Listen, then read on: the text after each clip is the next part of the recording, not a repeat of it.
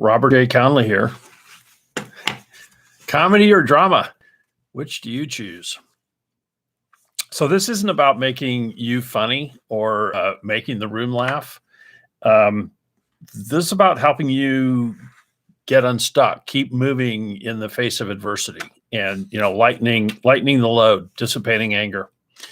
One of my favorite comedians of all time is Mel Brooks, and I'll never forget him talking about how he actually used his movies, especially one of his first ones, The Producers, which was originally going to be called Springtime for Hitler. And he, with malice aforethought, realized that if he could ridicule this man in public, and now this is 20 years after World War II, but still, by publicly ridiculing and making fun of him, he could dissipate anger and hopefully help people clear. Help people heal. So I'm going to read a quote. He says, "It's the job of the comedy writer to be the conscience of the king. He's got to tell him the truth, and that's my job, to make terrible things entertaining." And the greatest gift of comedy is vaporizing anger and minimizing resentment. And so the choice that we have is drama versus comedy. And a drama is basically a play, a movie, a book, whatever. But it's with a serious tone, and it's intense conflict and forces in play. Now, in our own lives, drama is also oftentimes comes about because we're expecting or demanding things from someone that they just don't have to give. It's not in their abilities. And that's one of the gifts of when we understand our foundational four. Remember, temperament, aptitudes, values, and interests. And when we understand our own, and then when we go to advanced levels that understand others, we can start to understand the differences in people and how many things that we expect or want from others, they don't have to give. And by understanding that, you also, you also increase your ability to laugh sooner. So, it's also the possibility that a commitment to drama is an inability or a failure to discern what really matters, and taking personally things that aren't personal. And again, this is the type of thing, it's easier said than done. It's easier with the passage of time than it is in the real moment, but it is ultimately a choice to embrace and make humorous things that are potentially painful. I don't mean slapstick humor. I don't mean raucous humor. I just mean lightening your load and putting a discernment on there of what it is that actually went on and deciding to move forward. And one of the ways that you can tell that you have forgiven is that you can start laughing about something. So, when you can start, as importantly as anything, laughing at yourself and your own shortcomings, and I'm not saying belittling yourself, but just laughing, just observing yourself and going, wow, I expected that from that person. Okay, I don't know what I was thinking. But even that, you can feel there's a lightness to it as opposed to an anger or resentment. So comedy, when used productively, creates space. It creates space in your head for new things because the anger has left, and there is now a potential to be creative again. And when it's used to deflect or demean or to dominate someone, it's not constructive, and it's just as destructive as holding on to anger. And I would actually submit that not everything that can make other people laugh is healthy comedy.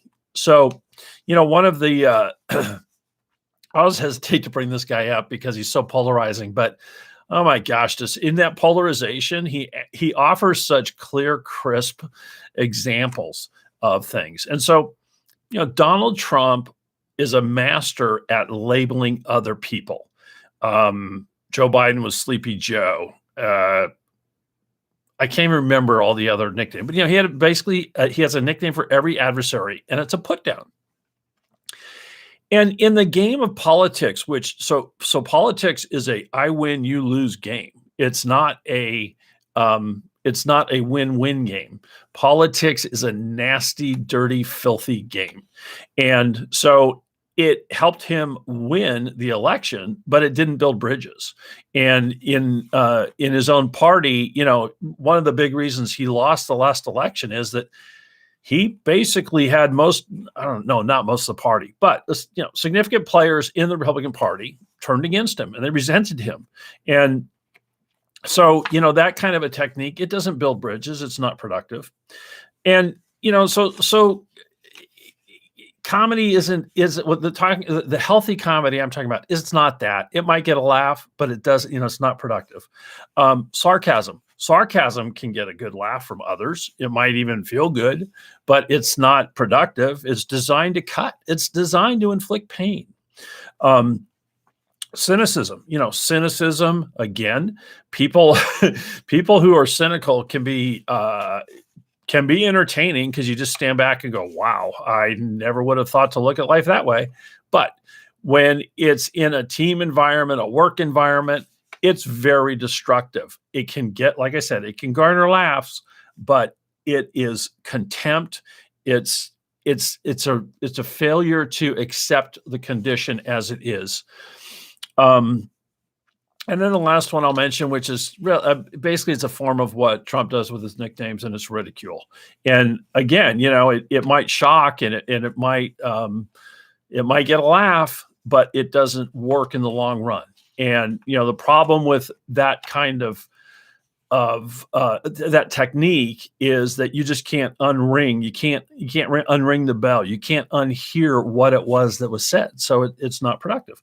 So I'm going to give you 4 approaches that hopefully these are not things you necessarily even say out loud, but they're just kind of self-talk techniques. I'm sorry, I think it's 3. I actually have 3. I lost track of my own count. Anyway, so 3 things that are about self-talk. It's not that you never say them out loud, but it's as important. More important part is just your own self-talk and managing your own emotions and angers and choosing comedy over drama. So the first one is just when somebody is really tilting your wheels and you are, you have that choice. This can be drama or this can be comedy, is to just, yep, that's what that guy does. I'm sure his dog loves him. Again, it's not like this is comedy gold. And I often find I don't even have to say his dog loves him. It's like, yep, that's what that guy does. And that's just an acceptance, but it's also an ability just to be an observer of the behavior and to, keep moving forward, to be in your place. Another one is an afterwards thing. And this one can happen immediately, or it can take a long time, but it's like, wow, can you believe that happened? Okay, I'm going to now just picture him pulling that one on Don Corleone. I'm going to picture him pulling that one on the mafia. But again, it's the moving forward and letting go and just going, wow, can you believe he pulled that? And then the last one is one that a mentor of mine 30 or 40 years ago, I can't remember, I've lost track of time. Anyway, shouldn't be talking about how long ago this was. Anyway, he used to say, hey, 1,000,000 years from now, nobody's going to care. And, you can just basically say to yourself, hey, I hope I live long enough for this to be funny. And then you can actually make a mental adjustment and say, you know what? In fact, I'm going to disengage and I'm going to picture myself at a stadium watching this game below. And I'm just going to climb up to the bleachers and I'm going to watch this. I'm going to be an observer of the other person and I'm not going to be entangled in it. And I'm going to see the comedy in it because this is ridiculous. So that's what I've got for you today. When it comes to drama has its place, comedy has its place. If you want to heal and keep moving forward, go with comedy.